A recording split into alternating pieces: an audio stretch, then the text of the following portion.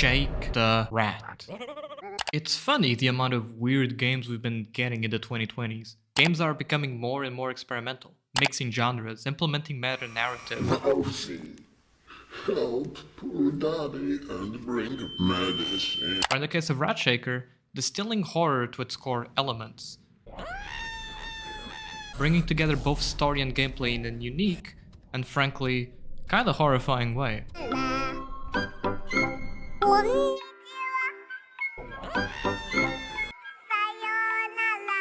What the is this? But there's more lurking beneath the surface than just unsettling rats.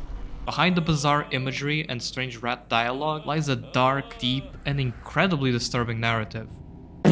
So today, I'd like to take a brief but thorough look at Ratshaker, reviewing the game both from a gameplay and story standpoint, as well as giving you my interpretation on what happens, and finally, letting you know if it's worth it or not. So grab your rat, brace yourself, and ignore the ratalicious puns. Today we're analyzing the disturbing meta-narrative of Ratshaker. Stop running.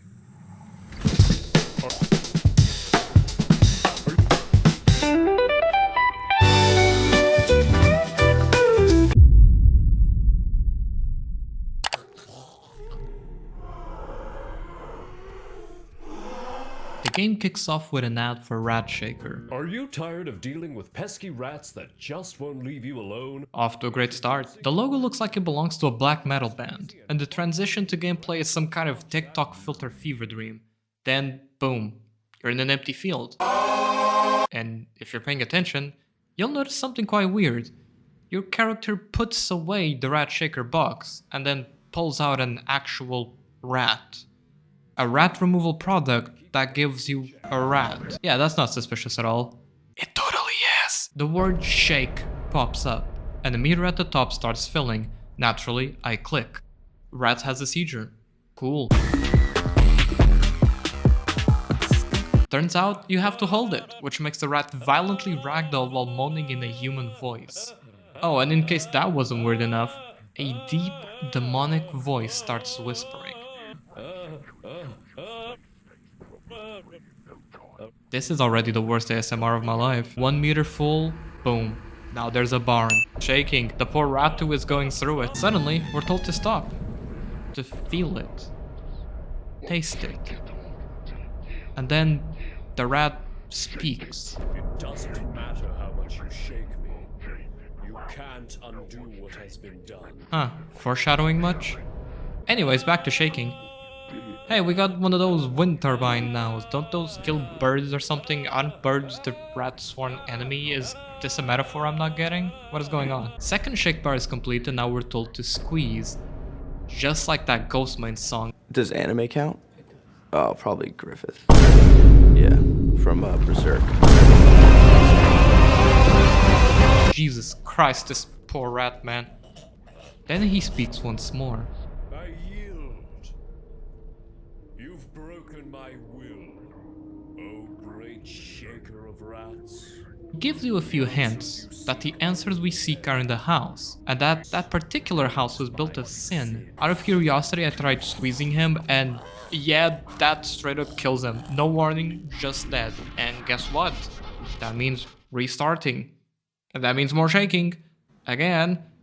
Anyways, as you approach the entrance of the house, the rat tells you that you must find it. And here the actual main mechanic of the game is introduced. Shaking the rat charges a bar. A full bar equals 1 interaction, such as examining or opening a door. So yes, lots of shaking. And squeezing. Also, he can maniacally laugh, which is very, very unsettling. You have a nasty attitude. We enter the house and are now in a relatively normal looking home. From here on out, the rat will throw so many puns at you, it's kind of ridiculous. It starts funny and even endearing at points, and then progressively gets super annoying. I believe that this is by design, and it's another detail I'll touch on later. If you approach the TV in the living room, you'll find the same advert we saw at the beginning of the game, but it's flashing back to your perspective somehow. After the ad is done, we find a piece of a photo below the TV. Can't really tell what it is yet, but trust me, this is going to get really bad. Emergency. I'm currently under attack. The house is quite simple with only a couple of hallways, a couple of doors, and very little to interact with. It has a bedroom, a storage area, the living room that we were just in, bathroom, and a kitchen. You can interact with the tub and the toilet though, for some reason. At the end of the hall, spooky stairs. A newspaper trail leads you to a door and then, boom, surprise! This game is a PT clone, but don't worry, it's a good one. I tried watching the ad again, and this time the TV straight up blows up on you. And if you're standing in front of it, your rat will die and you will have to restart. So don't do that. Then as I walk down the hallway, it goes dark and I scream. Feeling pretty spooked, I go back to the kitchen when I notice that you can interact with the stove. Stop running. You motherfucker. Check on the Mr. Boom. Going to the bathroom reveals that all the liquid was replaced by blood, hinting at something awful. Especially when you interact with the tub, and that Ratshaker box, it will progressively start showing up everywhere. Entering a new room, we find a baby crib with rats coming out of the vents and into the crib. Interacting with it reveals the next piece of the photo, which seems to be of a woman. Many implications here, big yikes. As you approach the next loop, you will notice a small blurry person. Going up to it makes it explode and causes the protagonist to squeeze the rat with no way of stopping it. Kinda spooky. The hallway to the next loop reveals a lot of bottles on the floor. And as we open the door, we find the house replaced by static, items flying everywhere, and just general chaos. The text now says, "Find her." The next hallway isn't much better with flying flesh people stuck in the air. Hello there. They're being thrown in slow motion. That living room TV has seen better days. The kitchen is completely altered. There's red veins across the ceiling, and you guessed it, many boxes of Ratshaker. In the tub we find a person? Interacting with it makes the body submerge. And worst yet, if you interact with the toilet, it explodes. Look at the little Duke Nukem poop. What kind of sick motherfucker picks up wet feces?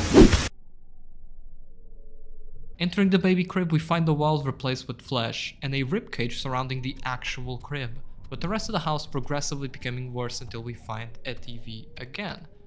We interact with it when... You piece of shit. With the rat dead, we can't continue and the game restarts you at the checkpoint. What I want to highlight is what the voice says when this happens.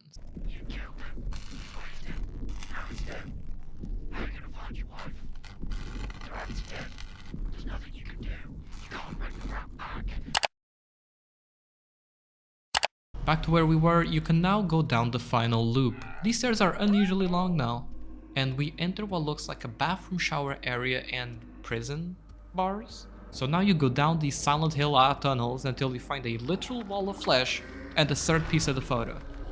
Oh dear lord, as we go through these dimly lit grotesque rooms, the rat says we can't escape. But escape what? We find our way to the middle of the room to find a person under the blanket on the bed. The blanket's looking like a Dexter kill table. Until we eventually find another more normal room with a person on the floor, and the rat tells us that she doesn't know what we did below the floorboards, and this is where we put the photo back together. You go down the stairs once more, which leads you to a bunker? An underground complex? A hidden basement? Doesn't matter. You open the fridge and... Face us. No thanks. A bit further along you see another body on the table, before coming to a big area with a giant wrapped body bag, with the rat saying, "You are the wife shaker," which is, Jesus Christ, hilarious but so disturbing. Then our wife jumps out, full on jump scare mode, before the screen cuts to flashing police lights and the credits roll. So after all that shaking, squeezing and psychological torment, what's really going on here? Well, buckle up, because things are about to get a whole lot darker.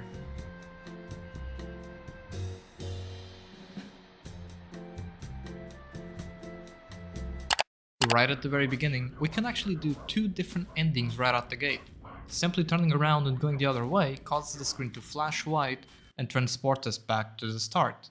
This could be interpreted as the protagonist's mind simply not allowing him to move on until he accepts what he did. The whole theme of acceptance runs deep in Ratshaker, and it's something we'll dig deeper in just a short bit. Before we tackle the events of the main narrative that unfold inside the house, you can actually go inside the barn where you find an arrow pointing up And if you do look up, an actual cartoon anvil falls on your head and kills you, making you restart at the beginning once more. Was this a trap orchestrated by the wife that didn't work? Is it just a gag done by the developers? Who knows? But it's funny, so I'll include it. Ratshaker is an allegory for domestic abuse, both marital and familial, with you taking center stage as you effectively play the villain in this story. Add this to the ever-increasing list of horror games where you play as a bad guy. From what we can see visually, we can piece together that this is a story about a family that went through something horrifying. Their child was eaten by rats. Destroy the child. Or at least, that's what the game wants you to believe. The Ratshaker product is quite weird. If you have a rat problem, the last thing you would do is get another rat. So what is the rat? The rat is the protagonist's coping mechanism. The reason you shake and squeeze the rat is because that is exactly what the protagonist did to their wife. As the picture we piece together at the end effectively shows us a woman with an unhinged, panicked face and hands reaching for her neck. The rat starts off funny, almost endearing. Then he gets annoying. Exactly how the protagonist felt about their wife. Towards the end, you can also see that the house layout is replaced by prison showers and bars. So we can then put together that they lost their baby, protagonist started drinking heavily, and eventually uninstall his wife's life.exe file without her consent and proceeded to be arrested for his crimes.